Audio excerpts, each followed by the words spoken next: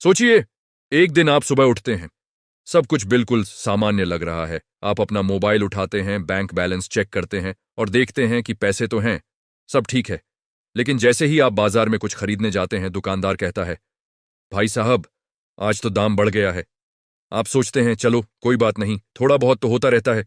लेकिन अगले हफ्ते फिर से दाम बढ़ता है, फिर अगले महीने, और धीरे धीरे एक दिन ऐसा आता है जब आपके बैंक में पैसे होते हुए भी आप वो चीजें नहीं खरीद पाते जो पहले आसानी से खरीद लेते थे।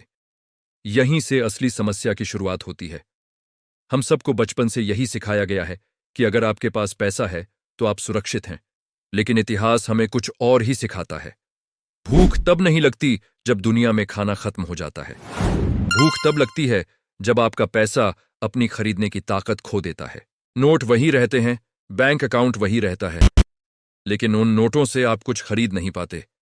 हम सबको बचपन से यही सिखाया गया है कि अगर आपके पास पैसा है तो आप सुरक्षित हैं। लेकिन इतिहास हमें कुछ और ही सिखाता है। भूख तब नहीं लगती जब दुनिया में खाना खत्म हो जाता है। भूख तब लगती है जब आपका पैसा अपनी खरीदने की ताकत खो देता है। नोट वही रहते हैं, बैंक अकाउंट वही रहता है, लेकिन उन नोटों से आप कुछ खरीद नहीं पाते। जब किसी देश की सरकारें जरूरत से ज्यादा नोट छापने लगती हैं, जब देश चलाने के लिए अंधाधुंध कर्ज लिया जाता है और हर आर्थिक समस्या का हल सिर्फ और सिर्फ नोट छापना बन जाता है, तो धीरे धीरे उस पैसे की कीमत गिरने लगती है। आज जो चीज आपको 100 रुपए की मिल रही है, कल वही 200 की हो जाती है, फिर 500 की, फिर 1000 की। और आपकी सैलरी, वो तो उतनी तेजी से कभी नहीं बढ़ती। इसी को हम महंगाई कहते हैं। लेकिन एक गहरी सच्चाई यह है कि महंगाई असल में चीजों की नहीं होती, महंगाई पैसे की होती है। चीजें तो वही हैं, चावल वही है, दाल वही है, तेल वही है। कमजोर तो आपका पैसा हो जाता है। इतिहास में ऐसा कई बार हो चुका है और हर बार इसका सबसे बुरा असर आम लोगों पर ही पड़ा है। 1920 के दशक में जर्मनी में लोग ठेले में नोट भरकर एक ब्रेड खरीदने जाते थे।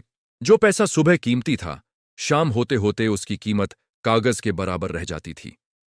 जिम्बाब्वे में लाखों करोड़ों के नोट छापे गए, लेकिन उनसे एक अंडा तक खरीदना मुश्किल हो गया। हालात इतने बुरे थे कि लोग नोटों को जलाकर आग सेंकते थे, क्योंकि लकड़ी उन नोटों से ज्यादा महंगी हो गई थी। हाल ही में हमने श्रीलंका में देखा, लोगों के बैंक में पैसे तो थे, लेकिन देश में पेट्रोल नहीं था, खाना नहीं था, और लोग जरूरी चीजों के लिए लाइनों में खड़े खड़े दम तोड़ रहे थे। हर जगह एक ही कहानी दोहराई गई। कागज तो था, पर उस कागज में कोई ताकत नहीं बची थी। अब आप में से कई लोग सोच रहे होंगे, ये सब तो दूसरे देशों की कहानियां हैं, हमारे यहां ऐसा नहीं होगा। लेकिन सच तो यह है कि हर देश के लोग आखिरी समय तक यही सोचते हैं, जब तक कि बहुत देर नहीं हो जाती। आज अगर आप अपनी आंखें खोलकर देखें तो कई संकेत साफ दिखाई दे रहे हैं। महंगाई लगातार बढ़ रही है। खाने पीने की चीजें, फल सब्जियां महंगी होती जा रही हैं। खेती करने की लागत बढ़ रही है। पेट्रोल, डीजल, बिजली के दाम आसमान छू रहे हैं। नौकरियां पहले जितनी सुरक्षित नहीं रहीं। और सबसे खतरनाक बात, हम सब सिर्फ अपने मोबाइल स्क्रीन पर दिख रहे नंबरों को देखकर खुद को अमीर और सुरक्षित महसूस कर रहे हैं। बैंक में एफडी है, म्यूचुअल फंड में पैसा लगा है, स्टॉक मार्केट ऊपर जा रहा है, लेकिन ये सब एक कागजी सिस्टम पर टिका है। अगर किसी वजह से यह सिस्टम हिल गया तो आपके अकाउंट में सिर्फ नंबर रह जाएंगे, ताकत नहीं। याद रखिए, खाना स्क्रीन से डाउनलोड नहीं होता, पेट नंबरों से नहीं भरता। जब भी ऐसा कोई आर्थिक संकट आता है तो सबसे पहले गरीब टूटता है, उसके बाद मिडिल क्लास पिसता है, और अमीर लोग, वो पहले से ही तैयारी करके खुद को बचा लेते हैं। यही सबसे बड़ा फर्क है। अमीर लोग सिर्फ पैसा इकट्ठा नहीं करते, वो समझ इकट्ठा करते हैं। वो जानते हैं कि कब उनका पैसा कमजोर हो रहा है, और उन्हें यह भी पता होता है कि संकट के समय असली चीजों की जरूरत पड़ेगी।